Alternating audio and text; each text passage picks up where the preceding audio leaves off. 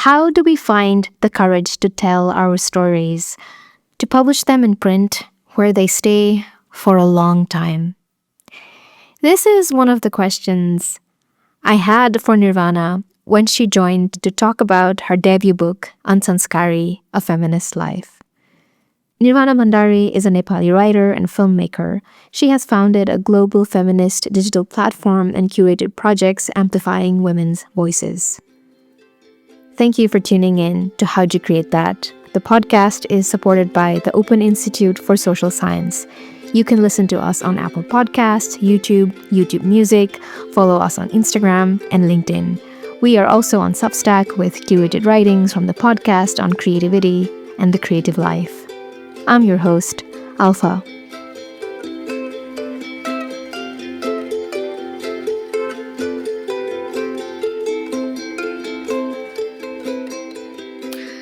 Hi, Nirvana. How have you been? Thank you so much for coming to the podcast. Thank you for inviting me. I'm very happy to be here. Do you like Kathmandu winters? No, I do not. I do not like it either. And we're recording on a slightly cold, not very cold, but slightly cold day today. Congratulations on your debut book. Thank you. Can you tell us more about it?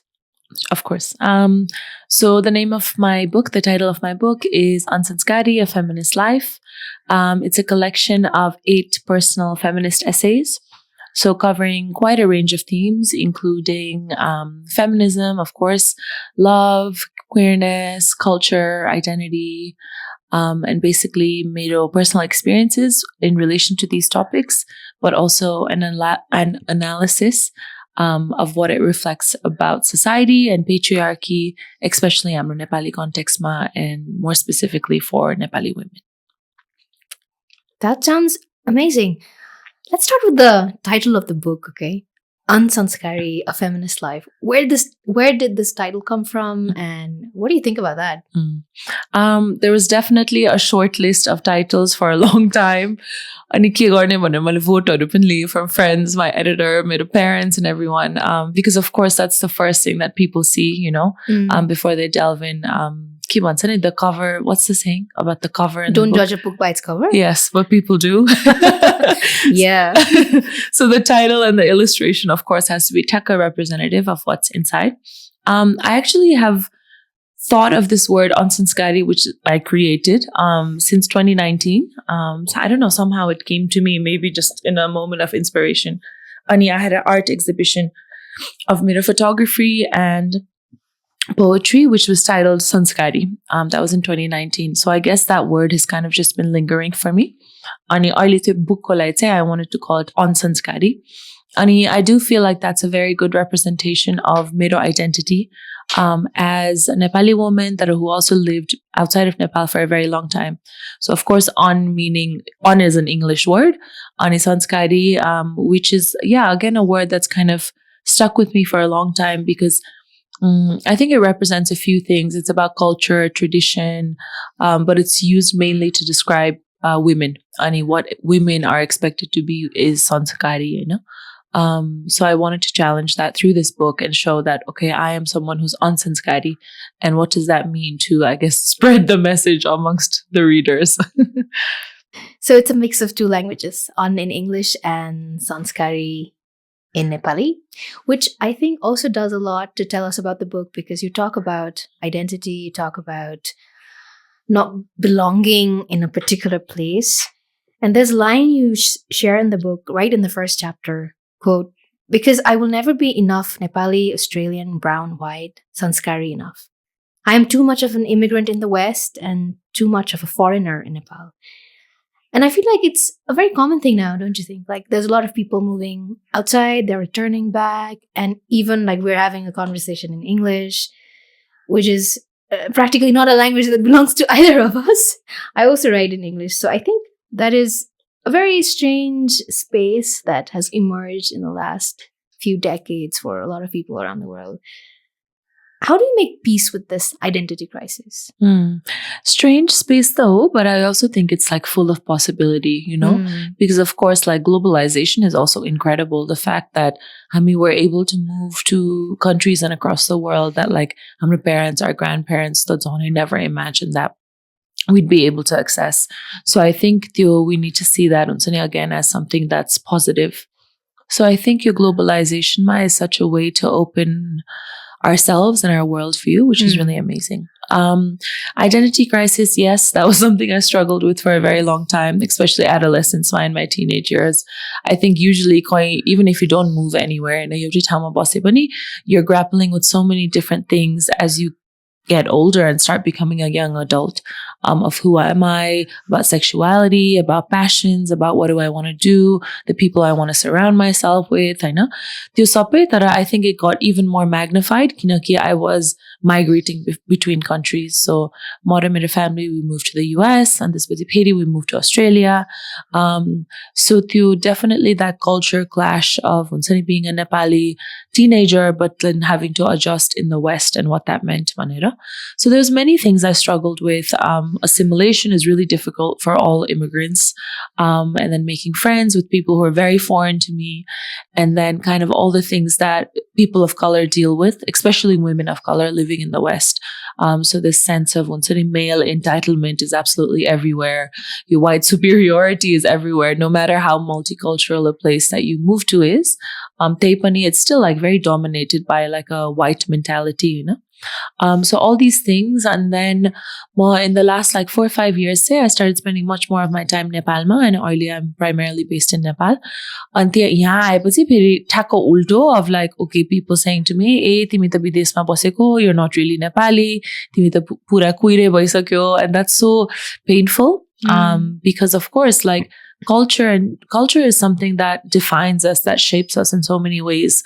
So when strangers try to like exclude you from that, it's such a painful thing. So although I've overcome many of my identity crisis issues, it's still hurtful.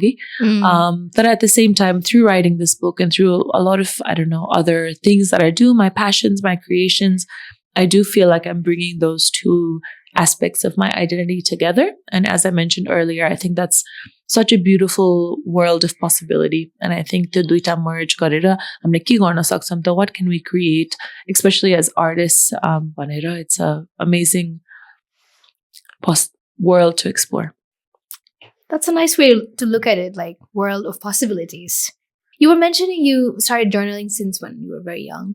Can you share a little bit about your journaling process, maybe? Like, I know a lot of people who love journaling. We did a mini journaling event a couple of months back this year, and a friend was facilitating it, and a lot of people were like, how do we journal? So yeah, I think, how do you journal, Nirvana? Yeah. Oh gosh, it's so simple, but maybe it just comes simply to me because I've been doing it like for the majority of my life. So Meriyota auntie actually bought me my first journal when I was probably like 7 or 8 years old. Ani, I think she was just like, "Lo, likhna thala." So I was like, okay. I was in like class 2, and I remember like coming home from school and writing stuff like, I went to school today. I wore a red shirt. I studied math, and so that was it. So these little things. Then I became a teenager, and I had so many feelings all the time. I mean, that was such a safe space for me. Like, I was a pretty introverted child, so I had just a few friends. But that journal really became made a place to be able to dump all my thoughts and feelings and try to process that. I would say about tips about journaling, right? I would say just like, don't hide from yourself. Don't censor yourself at all. I don't know, maybe it's because of we're so afraid of the world judging us. Of course, we censor ourselves probably in real world interactions, even with our family and friends maybe, or within a wider society. But really seeing the journal as a private, safe space, because it's really just between you and the pages, right? So I would just say like dump everything you can out there and bisare. I think writing is so much of a habit and a practice to become a good writer. I know that some people think, okay, creatives and artists are just born with this natural talent, and perhaps some are, or some gravitate more towards certain art forms. That I think it's so possible to train yourself to be a strong writer by just writing a lot. Wow. I had math class today. That was very interesting. Do you use prompts like now? Sana Belamata, you probably wrote like, "Oh, I had potato" or something like that for lunch. Do you have has it like evolved now? Do you use prompts or do you still like more like a free writing kind of journaling? What do you do? No, I'm a free writing also. And of course, I think usually I'm like, hey, when something meaningful happens in our life, of course, whether that's something that made us really happy, content, angry, sad, is when the emotions are kind of pouring out. So I think to Bilama, more it's called physical journal te rakhti na, because my hand cannot keep up with the speed of my thoughts. So I have a digital journal. It's just a Word document that I just type in. Ani tyahan lekhchu when I'm in the flow of emotions, for sure. And this actually these mini essays also got extracted from kind of journal entries. So when I was able to just write very rawly and vulnerably only for myself, but then I learned how to kind of refine and edit bits of that for an audience. And yeah, it's usually free flow. Prompts say I use sometimes when I'm writing a piece for a certain, like an article or a certain topic for the book, where I wanted to explore it more deeply, or I felt like maybe मैले त्यो fully त्यो depth someone पुगेको छैन भनेर त्यस्तो बेलामा चाहिँ sometimes I use prompts. Prompts, yeah. You call the 8 chapters essays. Sometimes they also read like memoirs. So what do you think about form of the way the book has emerged? Yeah, I think I was really inspired by a lot of books that are a collection of feminist essays. So त्यो पढ्दाखेरि चाहिँ मलाई लाग्यो कि I wanted to write about feminism, and I know that my strongest writing and basically everything I write is personal experience भनेर हैन. So त्यो अरु किताबहरु पढेर I got that inspiration that actually it works really well as essays, and then even mini essays within the essays. So memoir भन्न नि मिल्छ. Because they do explore a lot of things about society and societal issues and kind of examine my experiences, but critically. I think that's the difference maybe that sets it apart from memoir. I don't think memoir really does that. I think that's very much just like personal writing without kind of that analysis. Analysis bhaएर मलाई चाहिँ essays जस्तो लागेको. You write about a lot of difficult and intimate things in the book.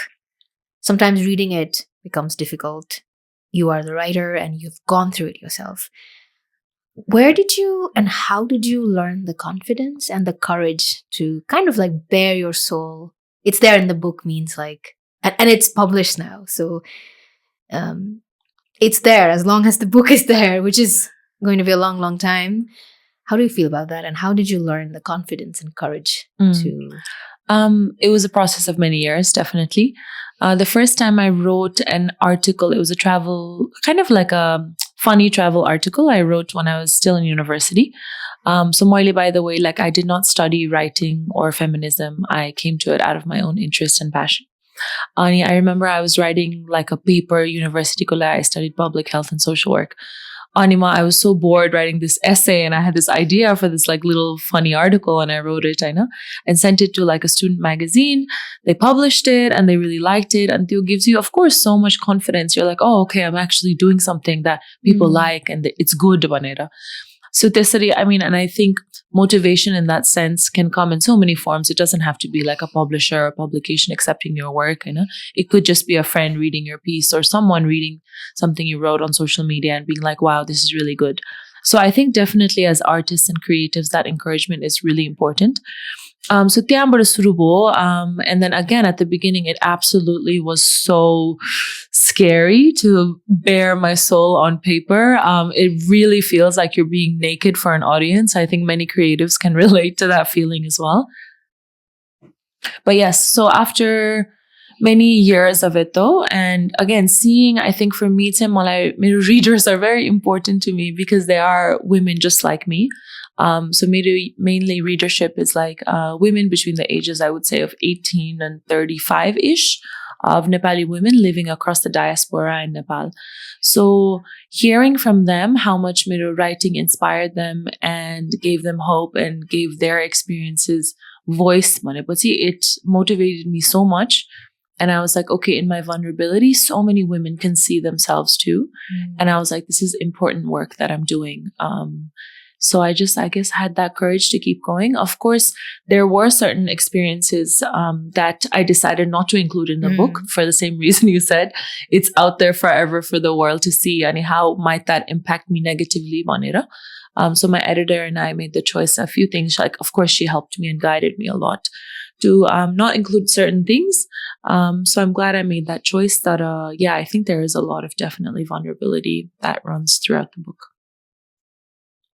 You write for your readers, and you also shared who your readers can be. Was it important to think of a reader when you were writing this book? I guess so. Again, it was kind of coming together for so long. And my essays had already been kind of shaped in that way. So it was not really someone I had to again think about. That being said, a few things were really important for me when I thought about my reader, which was accessibility. I did not want my English language in the book to be so jargon heavy and academic that kind of the normal reader that cannot access it. So Theo was really important to me, like not too much feminist theory in there, like a level of feminism that of course challenges the status quo and challenges sexism in our society, but in a way that still is kind of makes sense to most people, and they're like, hey, okay, this is actually true. This is actually things that are happening, Theo on this bit, as I said, like pretty simple English language so that people at any level of reading in English can pick it up and it makes sense to them, Banira. So yep, it's easy to read the book. It's not, like you said, it's not jargon heavy, and it's an easy read. So I hope readers will enjoy and also be challenged by the ideas you share in the book, because that's the space where we grow the area of discomfort. I think it's a good time to do a reading. Sure. We've talked about the book for so long. Why don't you read it, and then it'll be like a glimpse into the book for those who may not have had the chance to read it. Alrighty. So this is from my 8th essay in the book, which is called An Unconventional Life. And the mini essay that I'll be reading to you is called Self-Autonomy. If women can answer these questions by prioritizing their own wishes, then they are truly free. What do you want to be known for? Where do you want to live? How do you want to earn a living? What kind of people do you want to surround yourself with? Do you, not will you, to who, wearing what? Do you want to get married? Do you want to have children? Girls need to grow up being asked such questions, ones that encourage them to construct layered, multifaceted identities, rather than molding themselves into cookie-cutter replicas of the rigid femininity imposed on their mothers. They must be taught that answering no to marriage or children does not make them less valuable, and that being sweet, polite, and palatable are not the most important traits a woman can possess. But how can we become what we cannot see? Nepali women rarely see role models who have built unconventional lives. For middle and upper class women, pursuing academics has become the most accessible escape from the prison of enforced marriage and motherhood. They study hard, secure scholarships abroad, and often do not return because the freedom and financial independence they gain elsewhere are so empowering. Academic success allows us to delay marriage because families see its value. Their pride swells when their daughters become doctors, lawyers, engineers, or earn PhDs. But what if academia is not your calling? What other life paths will our families tolerate? My own parents were dumbfounded by my desire to travel whimsically for months, to pursue writing and feminism, choices that offer little financial security, and to reject the script of marriage and motherhood altogether. To them, it was a foreign concept to have a queer, feminist nomad and writer for a daughter. It was painful to feel misunderstood, But over time, as they saw my happiness and commitment to this life, they grew incredibly supportive. In the end, most parents want the same thing, to see that their children are happy. Still, so many women never get this chance. To be choiceless is to live without liberty or voice. Across the world, women are denied education, forced into marriage, unable to earn, and trapped in unwanted pregnancies. And even where women appear freer, the chains remain, only disguised. One of the strongest is the demand that we marry and tether our worth to men. I often wonder, what if I'm 40 and single, never engaged, never married, never in a life partnership? Will every other source of fulfillment disintegrate into dust? Will my family and friends cart me off to a love rehab for failed women? Yes, we have more choices than our mothers did, but the expectation remains, eventually we must marry. Not doing so is rarely seen as a decision. It is framed as misfortune, as though we were too picky, too strange, too ugly. Society never blames the men we rejected for not measuring up. It paints us as pitiful. Meanwhile, our cultures and media glorify romantic love as life's ultimate prize, a conspiracy that keeps us chasing, soothing, and nurturing men at the expense of ourselves. This is how patriarchy sustains itself, like a smoothly oiled machine. We criticize ourselves for not being enough to attract the perfect man, and when some semblance of that fantasy appears, we cling to him for dear life because we've been told that this is what we must want. Women that are not dependent on men. That is patriarchy's nightmare. And so, from the beginning of feminism until now, it has fought back through heteronormative propaganda, criminalizing queer love, enforcing wage gaps, and cycles of power and control in intimate relationships. The conditioning runs deep. Psychologically, we are taught our highest purpose is to find a knight in shining armor, then spend our lives keeping him happy. Economically, we are made to struggle alone. Socially, we are taught to repress queer desire and to see male dominance as irresistibly attractive. So, the soulmate myth thrives.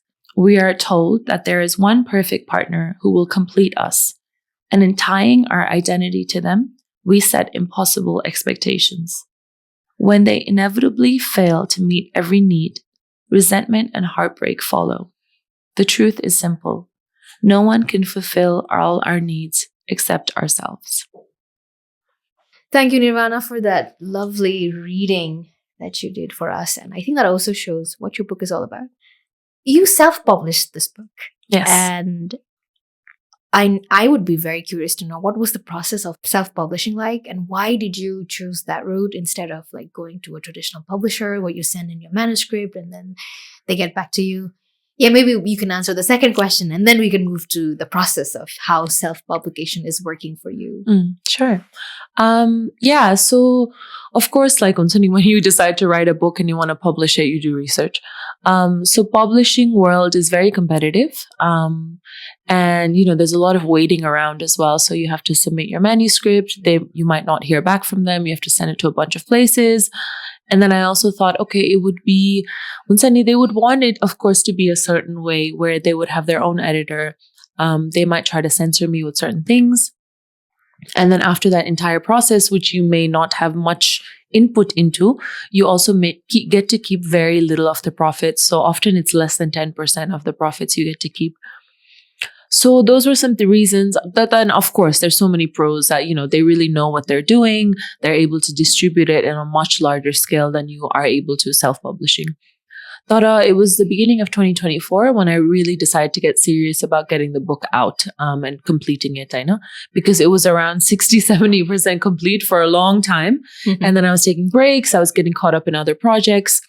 So when I finally decided that, I was like, okay, I don't want to delay it even more by hunting for publishers. I was like, I'm just going to do this on my own. So I guess the process was first making that decision. Then I found an editor. I'm quite lucky that I have quite a strong network of feminists and creatives, women creatives, Malitineko, or that I've connected with on social media, even if I don't know them personally. So I knew one person, and she has edited a feminist book before. She's a Nepali woman. And it's very, very important for me to always work with Nepali women as much as I can, and support independent artists and creatives. So she was such a perfect fit. I think that made such a world of difference to the book, and having her input into it was, just made the book what it is. So I'm super grateful to her. So first it was about finding her. All the pieces, I guess, we started coming together. I had to find a cover illustrator. Again, as I mentioned earlier, the title has to be perfect, but the cover art has to be equally perfect, because people are attracted to imagery and they want to see like a book that looks attractive before they decide to pick it up. You know? So I found an artist. I worked with her again on my vision. And then there has to be someone who does the interior layout of the book. So arranging the text, the paragraphs, making sure all the font is good. Had to find this person. And throughout all this, I think one thing that took so much time was all the promotion and all the social media work that goes into it. Kiniki, unfortunately, as artists, we have to really be sellable on social media to get that exposure. And now that means fitting into these really annoying, rigid algorithms, reels, TikToks, and to be able to get that exposure. And you need to make it catchy, and you need to have a hook and all this sort of stuff. So I had a very intentional social media plan for definitely for 2 months leading up, where I'm posting and suddenly creating a weekly content schedule, mixing up the content I'm posting. So there's carousels, which are excerpts of my book. There's videos where I talk about themes in the book, and then also photos. So tyo sabai mix garera, I created this social media plan. So that takes up a lot of time. I can see how social media manager is like a full-time position, because it takes so much, and building the hype behind the book. Okay? So this matter, and that's again very important to do to get awareness out and be able to sell your book, you know? So another thing I did was I had pre-sales. So a few weeks in advance, again, to build that momentum. It's like, okay, be one of the first to get the book pre-order now. So I had that. And while all that's happening, I had to find a printer whose work I liked, had to fit it within the certain timeline. I made merchandise. So printing the merchandise, finding a venue that is happy to host the event, kind of coming to an agreement with them, banumna, about what the event will entail.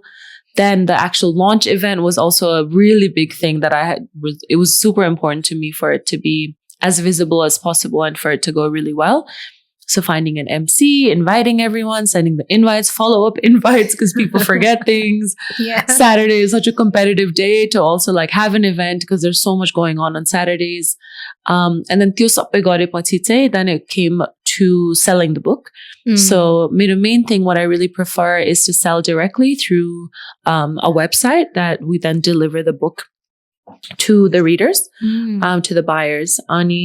That means, again, I get to, as an independent author, it's so important, of course, to be able to sustain my writing and my work going forward. And the way I do that, of course, is through sales of my book. So when it directly beats the head, of course, I get to keep what I make, the profits. But then also I partnered with various bookstores, kind of the main bookstores across Kathmandu, to more visibility, sales, of course. And then kind of doing my own PR campaign where I'm contacting people like you, podcast hosts, magazines, newspapers, bookstores. So just really like selling myself, Unsani, because it's a piece of work I'm very proud of and something that has been coming together for so long. It's my baby. I often refer to it as my baby.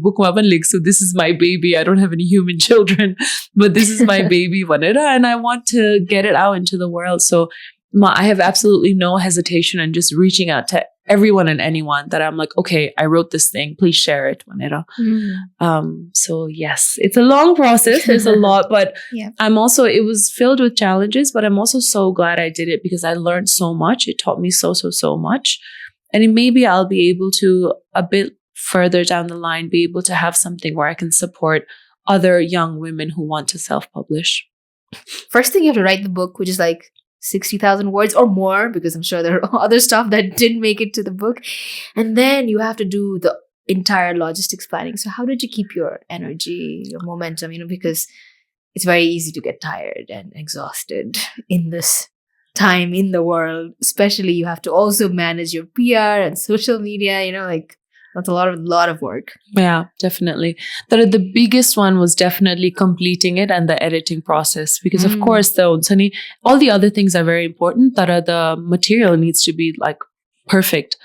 So that took up the longest time. And then because again, like there was no one pushing me to finish it. Nita, ab yo ta personal project ho, hai na? Maybe traditional publisher sanga gako bhai, they would be setting deadlines for me.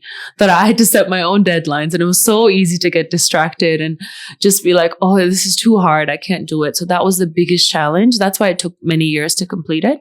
Once I'd finalize the material, then it was just like setting those deadlines for myself and being like, okay, slowly, piece by piece, it needs to come together. And of course, hiring a team, like you need that. It's so important. I could have not done everything without like 4 or 5 people and so that were able to help me with different aspects of the book. So there's a team working at the back. Like you are carrying probably the most major load, but there's also others who are there doing other things. Yeah. How many times do you think you rewrote the book in the editing process?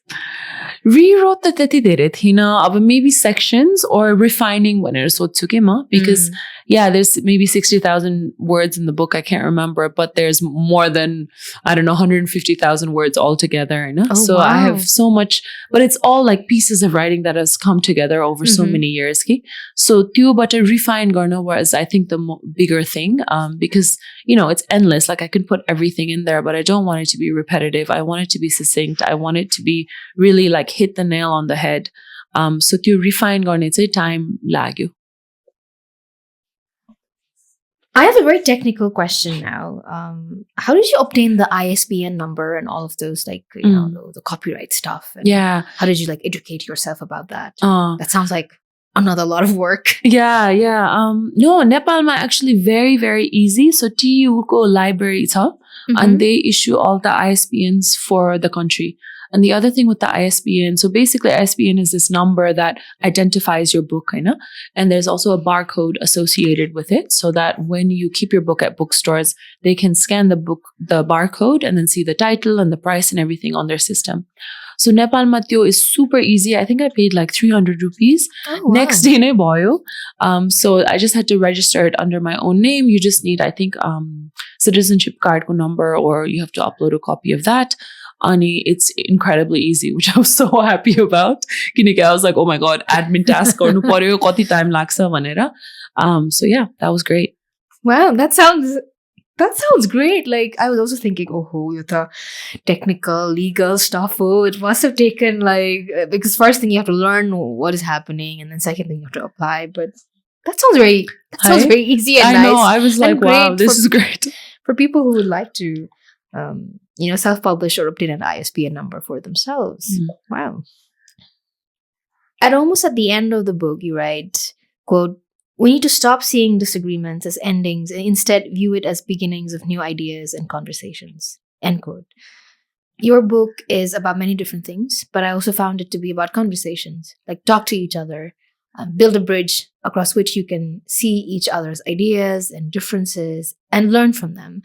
How do you see or imagine this conversation happening through your book or through other work that you do? And I'm sure it could be difficult as well. There's nothing black and white, but there's also times when it's difficult. How would you navigate that?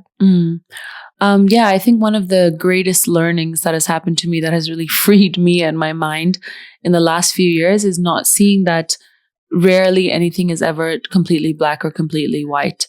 And when it comes to important conversations about society, about challenging patriarchy and sexism, there's so many gray areas. And I think navigating those conversations can look very different depending on who we talk to. So हामी family ko कुरा गर्दाखेरि चाहिँ we all come from very different backgrounds probably, and the readers are also coming from very different family backgrounds. That कोही कोहीको घरमा that sexism is a lot more stronger, others are from families where it's more chill, it's more liberal.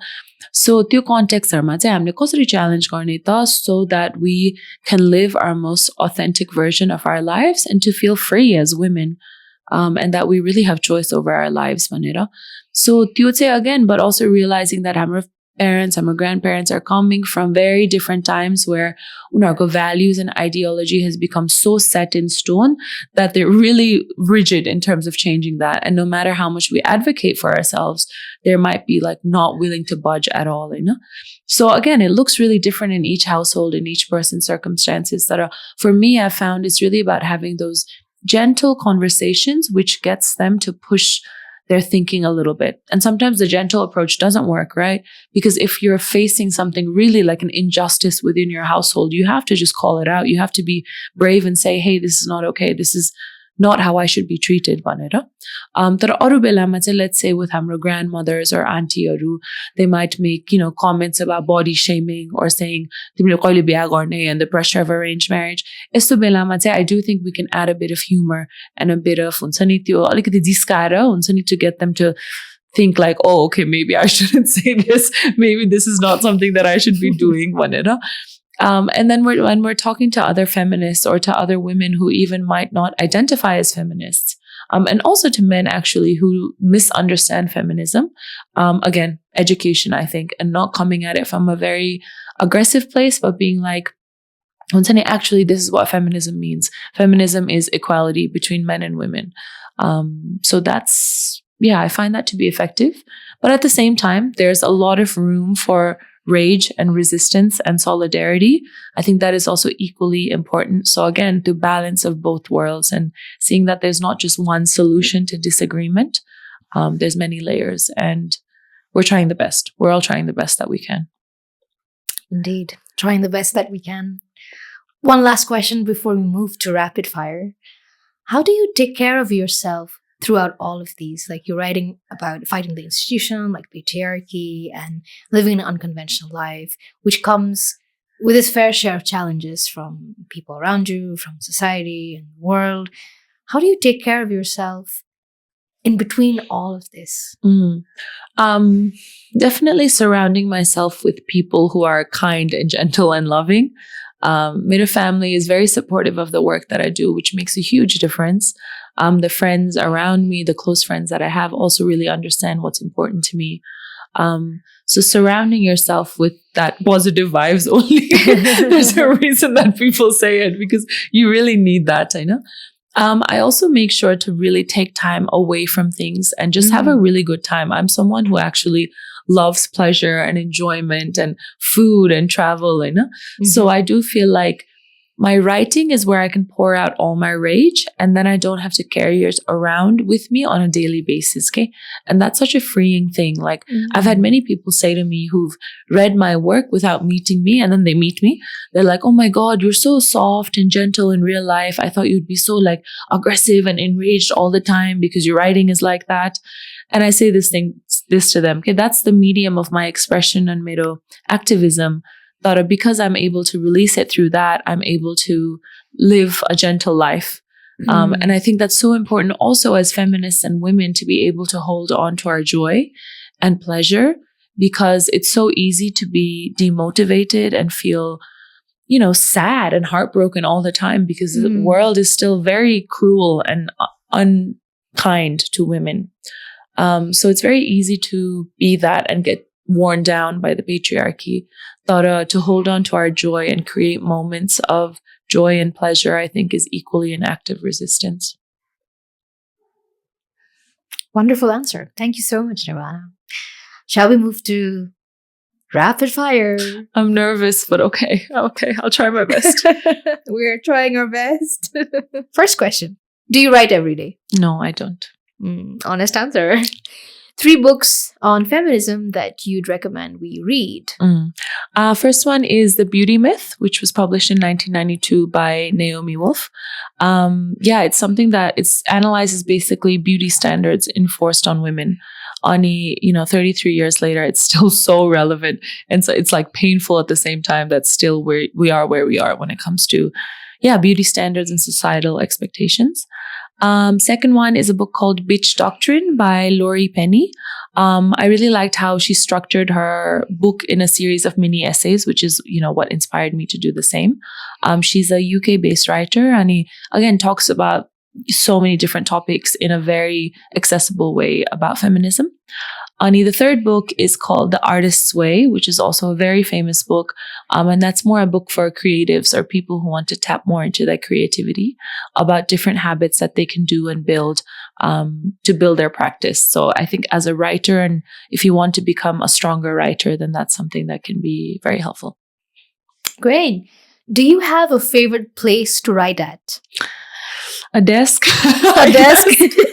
Well, I love being by the ocean. I love it so much. And there's been times when I've kind of self-designed writing retreats, going somewhere by the ocean. But then I get so distracted by the ocean, and wanting to be in the ocean that it doesn't work. So I do feel I have to do some, just like Afulai and got a desk my boss. Desk my, okay. Yeah. A desk by the ocean. Yeah, no, I can't be looking at the ocean. Oh, you can't be looking at the ocean. Because then I feel very empty. The ocean empties me, takes me to a meditative state. So Theo is amazing, but it doesn't help the writing so much. Doesn't help the writing. Okay, so any place with a desk, perhaps. What were the other titles of your book? If it's okay to share that. Sure. So Unsanskari ne Theo with lots of different second parts of the book. So it's the whole title of the book is Unsanskari, A Feminist Life. There was so many in the short list. The other one that was a strong contender was Fake Nepali Feminist. So Unsanskari, Fake Nepali No, different title altogether. Okay, so Unsanskari was one title, Fake Nepali Feminist one, And that was something I felt was quite like, it's controversial in a way, but it's something that I have been called in the past for certain opinions I've expressed. So I was like, okay, Theo is also very catchy. Like if you see a book on, a bookshelf that says Fake Nepali Feminist, you're like, oh, what is this one? So that was a different angle I had. But yeah, I'm happy I chose Unsanskari because it's really resonating with a lot of people.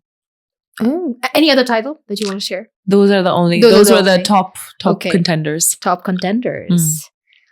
Is there an overused word in your drafts, if you remember? Feminism? Patriarchy? No, but patriarchy, feminism, yeah, love it. But patriarchy, funny. I don't know. I've read some books about feminism that say patriarchy so many times, again and again. Repetition garna mon thena, so there's actually a section in the book where I talk about what actually is the patriarchy. What are we referring to, Banera? And then I try to, mix it up with other words, because I think with any piece of work, when you see the same word so many times, and especially maybe something that carries so much ideology, you might be thinking, hey, it's so vague that what are you really talking about? Okay. Do you write with music or without? Without. Without. Complete silence. Complete silence. Yes. If there was a writer you could meet, living or dead, who would that be? Maybe Bell Hooks. She was a really amazing writer. She is a really amazing writer. Again, about feminism, making it very accessible. And yeah, I think I could learn a lot from her. Is there a snack you like to eat when you're writing? Like, do you snack while writing? No, I have to basically be almost hungry to be writing. It's something really strange. Someone else said the same thing to me, and I was like, whoa, it's not just me being weird. You feel sleepy, right?